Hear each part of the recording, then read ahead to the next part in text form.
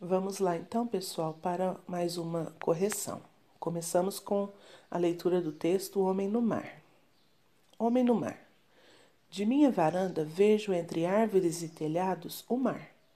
Não há ninguém na praia que resplende ao sol. O vento é nordeste e vai tangendo aqui e ali, no belo azul das águas pequenas, espumas que marcham alguns segundos e morrem como bichos alegres e humildes, perto da terra a onda é verde. Mas percebo o movimento em um pouco do mar. É um homem nadando. Ele nada a uma certa distância da praia, em braçadas pausadas e fortes. Nada a favor das águas e do vento, e as pequenas espumas que nascem e somem parecem ir mais depressa do que ele. Justo. Espumas são leves, não são feitas de nada, toda sua substância é água, e vento e luz. O homem tem sua carne, seus ossos, seu coração, todo o seu corpo a transportar na água.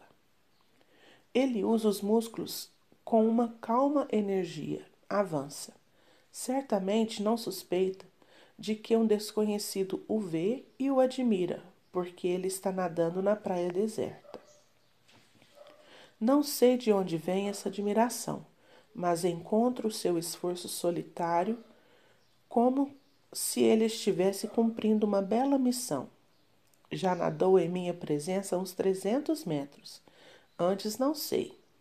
2 vezes o perdi de vista, quando ele passou atrás das árvores, mas esperei com toda a confiança que reaparecesse sua cabeça e o movimento alternado de seus braços. Mais uns 50 metros e o perderei de vista, pois um telhado o esconderá. Que ele nade bem esses 50 ou 60 metros. Isso me parece importante. É preciso que conserve a mesma batida de sua braçada e que eu o veja desaparecer assim como o vi aparecer. No mesmo rumo, no mesmo ritmo, forte, lento, sereno. Será perfeito a imagem desse homem. Será perfeito, a imagem desse homem me faz bem. É apenas a imagem de um homem e eu não poderia saber sua idade, nem sua cor, nem os traços de sua cara. Estou solidário a ele e espero que ele esteja comigo, que ele atinja o telhado vermelho e então eu poderei sair da varanda tranquilo, pensando: vi um homem sozinho, nadando no mar. Quando o vi, ele já estava nadando. Acompanhei-o com atenção durante todo o tempo e testemunho que ele nadou sempre com firmeza e correção. Esperei que ele atingisse um telhado vermelho e ele o atingiu. Agora não sou mais responsável por ele. Cumpri o meu dever e ele cumpriu o seu. Admiro-o, não consigo saber em que reside, para mim, a grandeza de sua tarefa. Ele não estava fazendo nenhum gesto a favor de alguém, nem construindo algo de útil, mas certamente fazia uma coisa bela e a fazia de um modo puro e viril. Não desço para ir esperá-lo na praia e lhe apertar a mão, mas dou meu silencioso apoio, minha atenção e minha estima a esse desconhecido, a esse nobre animal, a esse homem, a esse correto irmão. Rubem Braga, no livro 200 Crônicas Escolhidas, janeiro de 1953. Então vamos à interpretação agora. Responda com atenção. No primeiro parágrafo da crônica, identificamos onde o cronista se encontra ao observar o fato cotidiano que inspira o texto. Que lugar é esse? Então teríamos que olhar no texto e descobrir que lugar, de qual lugar que o cronista estava observando, né? O homem, onde que o cronista estava. Lá no texto fala que é na varanda de sua casa, certo? Qual é o ângulo de visão entre que o cronista tem do mar? Explique. De onde o cronista estava olhando, né? O, o nadador. Vocês acham que é de qual ângulo? Que ele estava mais acima ou ele estava no mesmo nível do homem, né?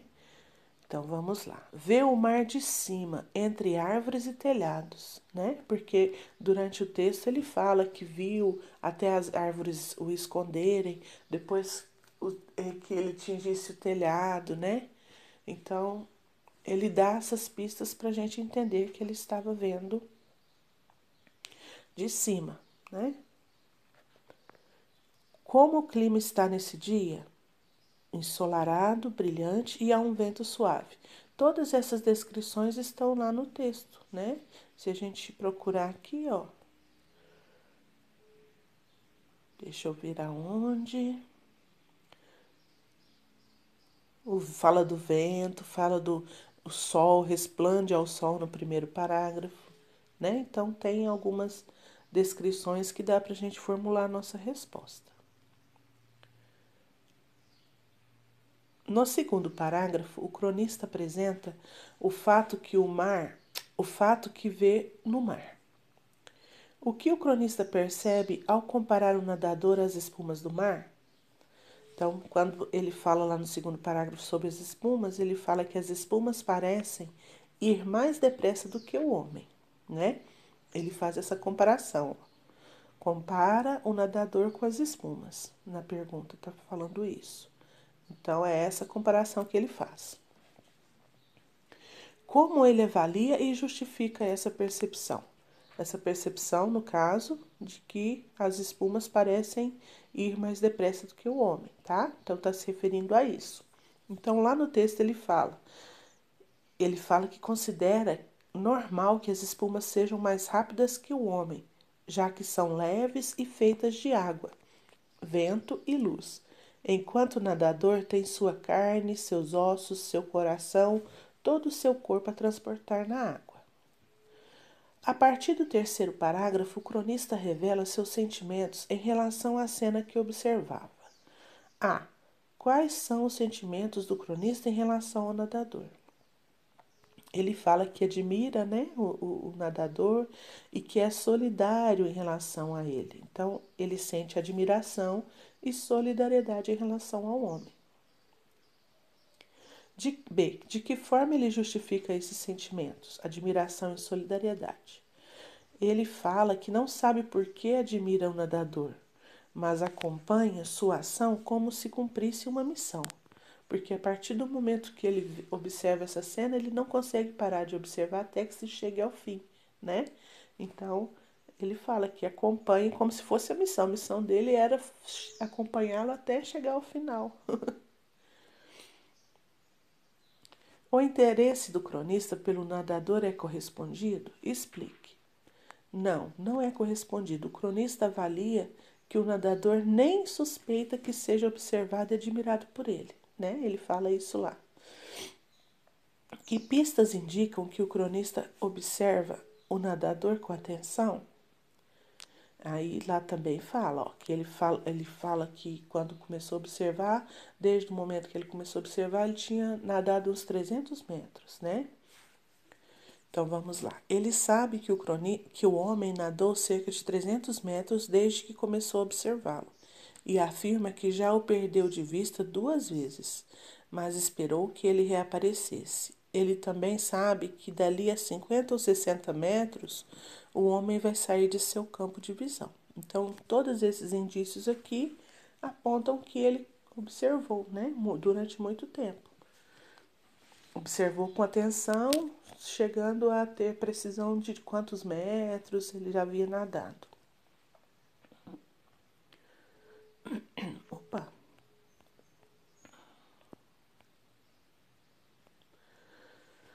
No segundo parágrafo, o cronista admite que admira o nadador, mas não sabe o motivo desse sentimento. No quinto parágrafo, ele chega a uma conclusão. Qual é essa conclusão? Ele conclui que, mesmo sem realizar um grande gesto ou construir algo útil, o homem fazia algo belo, de modo puro e vigoroso. Então, ele admirava a ação do homem, né? Em sua opinião, a cena na praia que chamou a atenção do cronista teria tido o mesmo efeito sobre outros observadores? Por quê? Então, aqui Seria uma resposta pessoal, né? Eu coloquei a minha, mas vocês têm a opinião de vocês. Provavelmente não, já que não há nada particularmente interessante no fato de esse homem nadar no mar. Ele não parece correr perigo nem fazer algo grandioso. No texto Homem no Mar, o cronista sente uma identificação profunda com. Eita, cachorrinho, vai longe. No texto Homem no Mar, o cronista sente uma identificação profunda com o nadador que ele observa da varanda. Trata-se de um desconhecido e, mesmo assim, o cronista acompanha atentamente seu nado e torce por ele, desejando-lhe o sucesso. Letra A. O sentimento do cronista pelo nadador pode ser chamado de empatia. Considerando essa afirmação, o que significa empatia? Explique. Você pode usar o dicionário também. Então, aqui você poderia, se você não sabe a resposta, né? Poderia consultar um dicionário, né? Um livro ou mesmo na internet, o significado. Empatia é principalmente colocar-se no lugar do outro e tentar sentir o que o outro está sentindo. No texto, o cronista afirma admirar o nadador, sente que há um laço fraterno entre eles. B. Na sua opinião, o que faz com que as pessoas desconhecidas se identifiquem, criem empatia umas com as outras? Talvez seja por terem os mesmos pensamentos a respeito de algo, ou por gostarem das mesmas coisas, ou ainda por despertarem sentimentos umas nas outras, né? Como você estimularia as pessoas a agirem com empatia? Talvez mostrando o quanto é importante nos colocarmos no lugar do outro para tentarmos sentir o que ele sente. Então, aqui são respostas, né, pessoais, não tem que ficar dessa mesma forma, né? Só coloquei para ter um norte. Certo? É isso aí. Beijos.